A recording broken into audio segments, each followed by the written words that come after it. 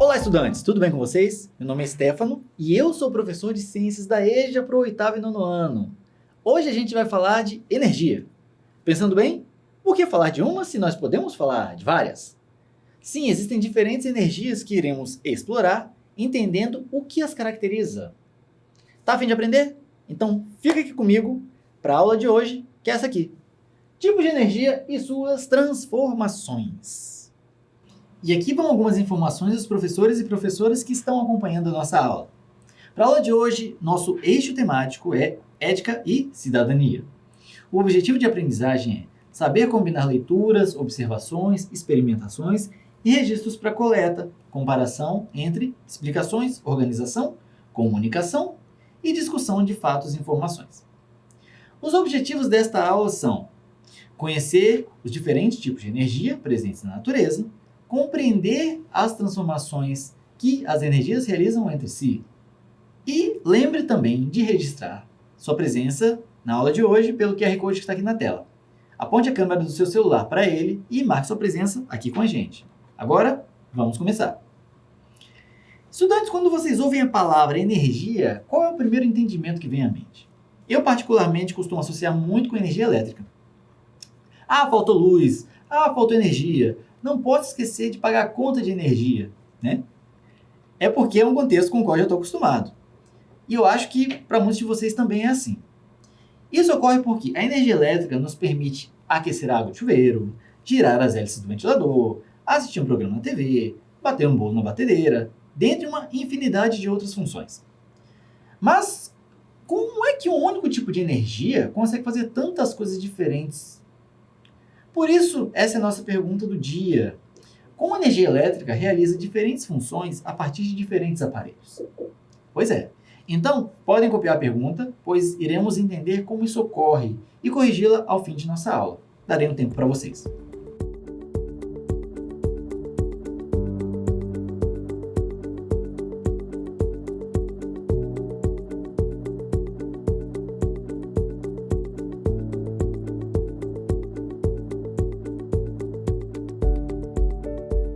Bom, para que a gente possa começar, precisamos entender o que é a palavra energia, né?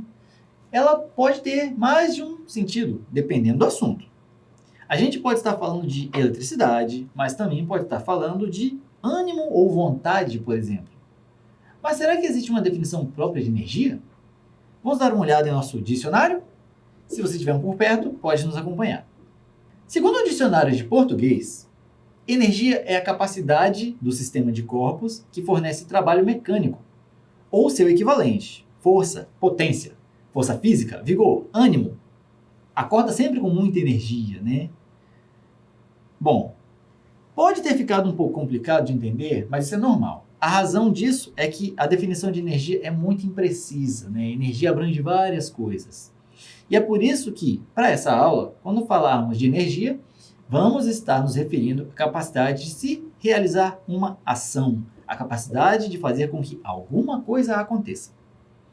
Mas a gente também vai entender energia como a capacidade de realizar uma transformação da matéria, ou seja, se algo é transformado, isso ocorre com o uso de energia. Estamos entendidos? Bom, gente, na tela nós vemos um dos principais tipos de energia, né?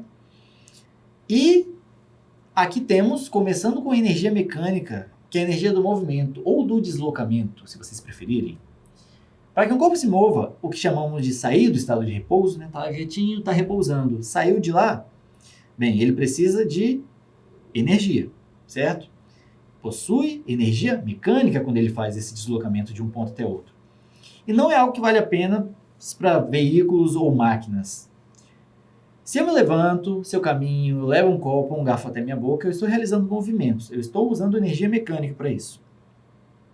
Já o segundo tipo que nós vamos abordar aqui é a energia térmica, que está relacionada ao calor.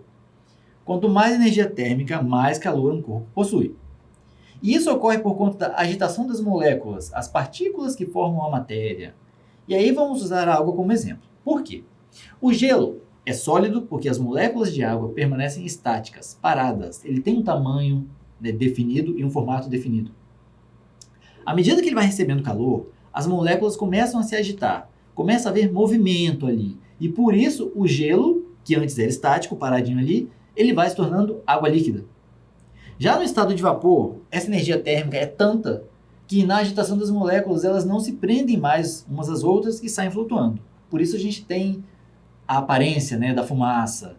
Então a energia térmica se trata de calor.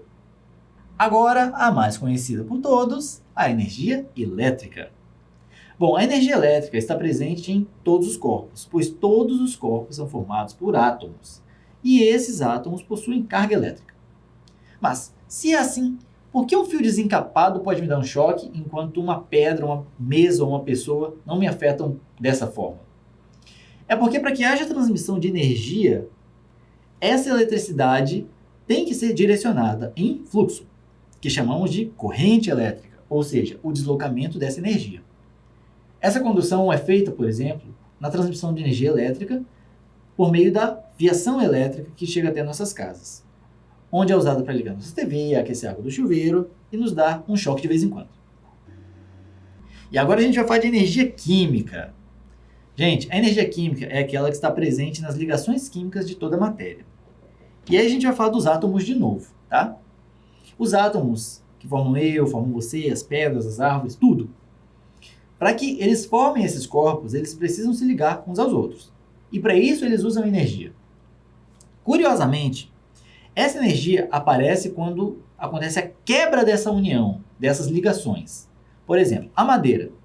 Ela só consegue manter o fogo aceso porque, à medida que ela vai se destruindo, as ligações entre os átomos dela vão quebrando e liberando energia. É essa energia que vai alimentar o fogo. Outro exemplo é sobre a energia que o nosso corpo usa. Essa energia também é energia química e vem dos alimentos que a gente consome.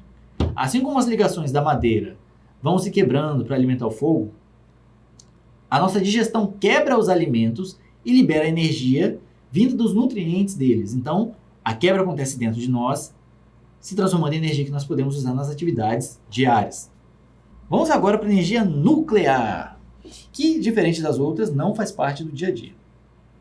Ela só pode ser manipulada em usinas nucleares que têm todo um sistema de segurança necessário para lidar com materiais radioativos, como o urânio, que é o principal usado, pelo menos aqui no Brasil. Se a energia química, a produção de energia acontecia pelo rompimento das ligações entre os átomos, né? Já na energia nuclear, o que ocorre é a fissão nuclear dos átomos de urânio, ou seja, a divisão do próprio átomo. Isso libera uma grande quantidade de energia no processo e causa essa reação. Agora, energia luminosa, e a gente está falando da luz, que é um tipo de onda eletromagnética, que são ondas transmitidas no ambiente, mas não são visíveis como as ondas de rádio, forno micro-ondas, né? A gente não consegue ver elas. No caso da luz, nós podemos sim perceber a iluminação que ela realiza quando incide sobre uma superfície. A gente consegue ver um chão iluminado, uma casa iluminada, mas a luz em si não é visível, ok? Temos como fonte principal de luz o Sol, mas também podemos ter sua emissão feita a partir da chama, de algo que está queimando, ou a partir da luz elétrica. E temos a energia sonora. O som, assim como a luz, se propaga por meio de ondas. No entanto, ele é diferente da luz. Ele não é uma onda eletromagnética, ele é uma onda mecânica. E o que isso quer dizer? Qual é a diferença, né? Isso quer dizer que ele precisa de um meio de transmissão, um meio material. Pode ser o ar, pode ser a água, certo? Ele se transmite. E quanto mais denso esse meio, quanto mais massa existe nesse meio, mais rápido ele é transmitido. Essa é a razão da gente sentir no nosso corpo uma vibração muito grande quando a gente é exposto a um som muito forte. É a água do nosso corpo que está vibrando com aquele som. Pois é, conhecemos os principais tipos de energia de forma individual. Cada um com sua característica, né, sua fonte própria. Então, eu tenho uma pergunta para você. Em seu caderno, me responda. É possível gerar mais de um tipo de energia ao mesmo tempo? O que vocês acham? Pensem e me deem exemplos. Darei alguns segundos. Valendo!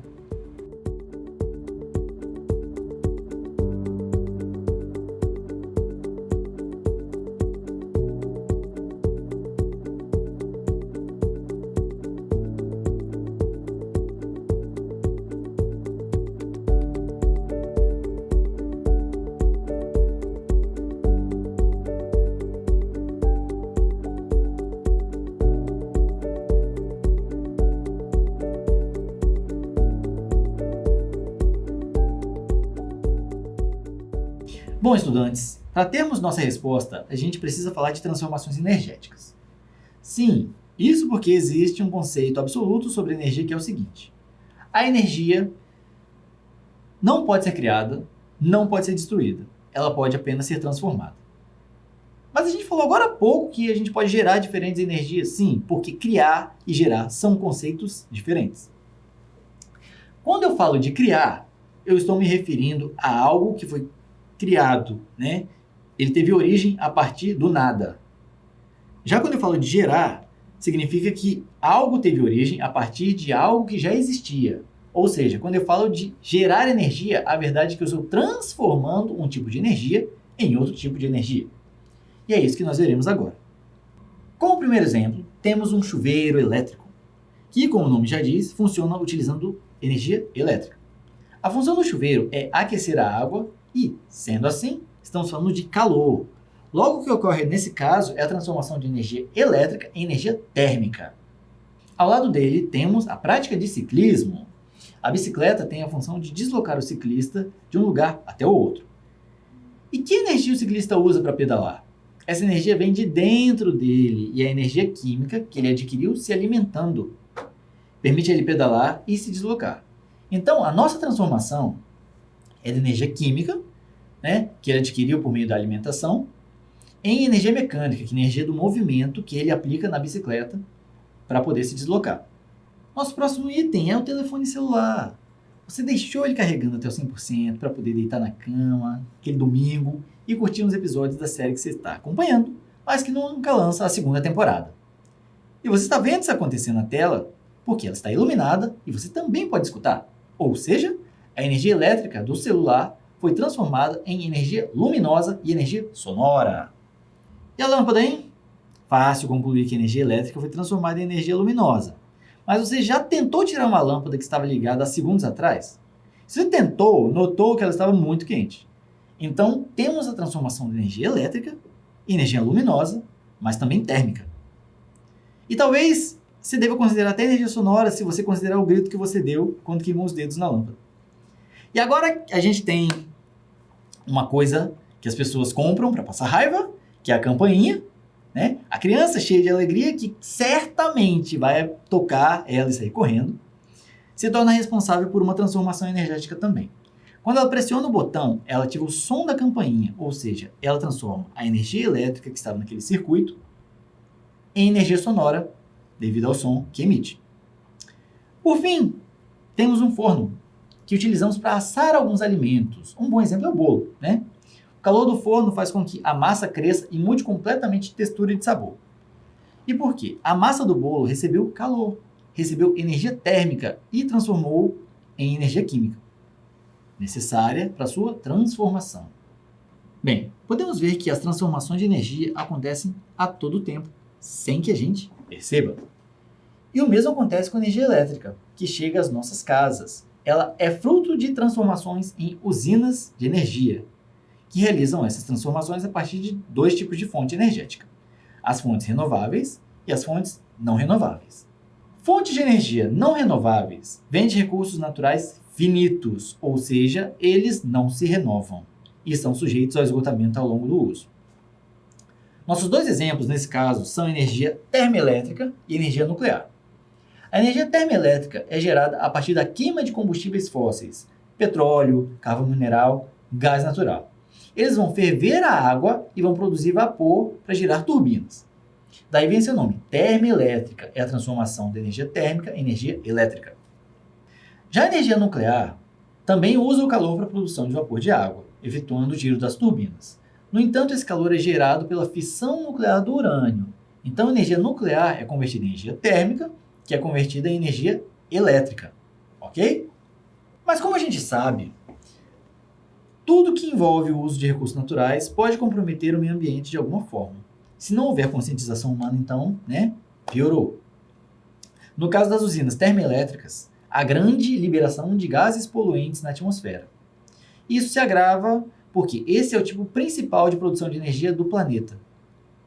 Já no caso das usinas nucleares, não há liberação de gases poluentes, mas há geração de resíduos radioativos, porque o urânio precisa ser armazenado de 50 a 300 anos até que ele possa ser descartado com segurança. E nos dois casos, ainda tem o esgotamento desses dois recursos que eles usam, né? Tanto os combustíveis fósseis quanto o próprio urânio. Mas e sobre as energias de fonte renovável? Será que elas são totalmente diferentes? Será que elas trazem apenas bons aspectos? Primeiro vamos conhecê-las. Bom, as energias renováveis são assim chamadas por fazerem uso de recursos naturais que se renovam rapidamente, diferente dos casos anteriores. E podemos começar com a energia hidrelétrica, que é gerada a partir das quedas d'água. Podem ser naturais ou artificiais. Quando são artificiais, é feita uma represa no curso de um rio, para que haja o acúmulo dessa água, né? E a queda dessa água gire as turbinas da hidrelétrica. Nesse modelo a gente tem então a energia mecânica, que é o movimento da água passando e girando as turbinas, convertendo em energia elétrica. A gente também tem energia eólica, que trabalha com aerogeradores. São torres bem grandes, tá? Com pás, que giram com a força do vento. Ele segue o mesmo princípio das usinas hidrelétricas, mas aqui a gente tem o vento e não a água realizando o movimento. Também é um modelo que vai da energia mecânica para a energia elétrica. E por fim, a energia solar, que é captada por painéis fotovoltaicos. É convertida em energia elétrica a partir daí. Esse é o único modelo energético cuja produção pode ser residencial, pois sua captação é realizada por equipamentos de volume até reduzido em comparação com os outros. Nesse modelo, temos a energia luminosa se convertendo em energia elétrica. Mas aí, os pontos negativos desses modelos, né? Eles têm que ser ressaltados também. Começando pela energia hidrelétrica. A construção de uma usina hidrelétrica é realizada por meio de uma inundação de grandes áreas de floresta. Isso leva ao extermínio da biodiversidade animal e vegetal que ali existia. Plantas e animais exclusivas dessas regiões podem ser levados à extinção de uma única vez. No caso da energia eólica já, né? Ela é gerada nos parques eólicos que contam com várias torres com aerogeradores. Isso afeta muito a paisagem, mas o pior fator é sentido pelas aves. Por quê? O fluxo migratório delas é fortemente afetado. Elas colidem com os aerogeradores continuamente e quando não morrem pelo impacto, acabam se eletrocutando nos fios de alta tensão. Então, isso traz um sério risco para o processo reprodutivo delas. Então, a gente pode ver que, mesmo nos modelos energéticos que não esgotam recursos naturais, ocorrem perdas irreparáveis à natureza. E apesar de sermos totalmente dependentes do uso da energia elétrica, até que ponto esse tipo de sacrifício se torna vantajoso? Pense bem sobre isso. Vamos revisitar nossa pergunta do dia, então? A nossa pergunta do dia era essa aqui que está na tela. Como a energia elétrica realiza diferentes funções a partir de diferentes aparelhos? Conseguiu responder? A correção vem agora. Estudantes, a energia elétrica pode realizar diferentes funções em diferentes aparelhos por meio das transformações energéticas que cada aparelho realiza de acordo com sua finalidade. Ou seja, a energia elétrica vai fazer meu ventilador girar, meu chuveiro aquecer, minha lanterna iluminar. Uma mesma energia se transforma em energias diferentes para que possa ser usada com diferentes finalidades. Acertaram? Então, tempo para vocês poderem fazer a correção e partiu a atividade.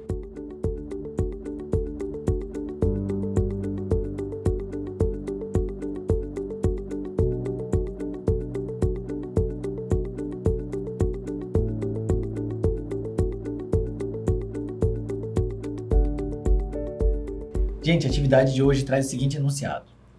Descubra que tipo de transformação energética ocorre em cada um dos casos abaixo, relacionando as colunas.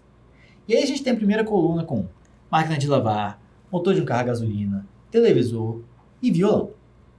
Já a segunda coluna ela traz as transformações energéticas que pertencem a essa primeira coluna. A gente tem a química para mecânica, energia elétrica para luminosa e sonora, elétrica para mecânica, mecânica para sonora, certo? Então, elas vão se corresponder e é necessário descobrir quais se correspondem. E aí, conseguem resolver? Eu vou dar um tempo para que vocês façam e a gente corrige em seguida, valeu?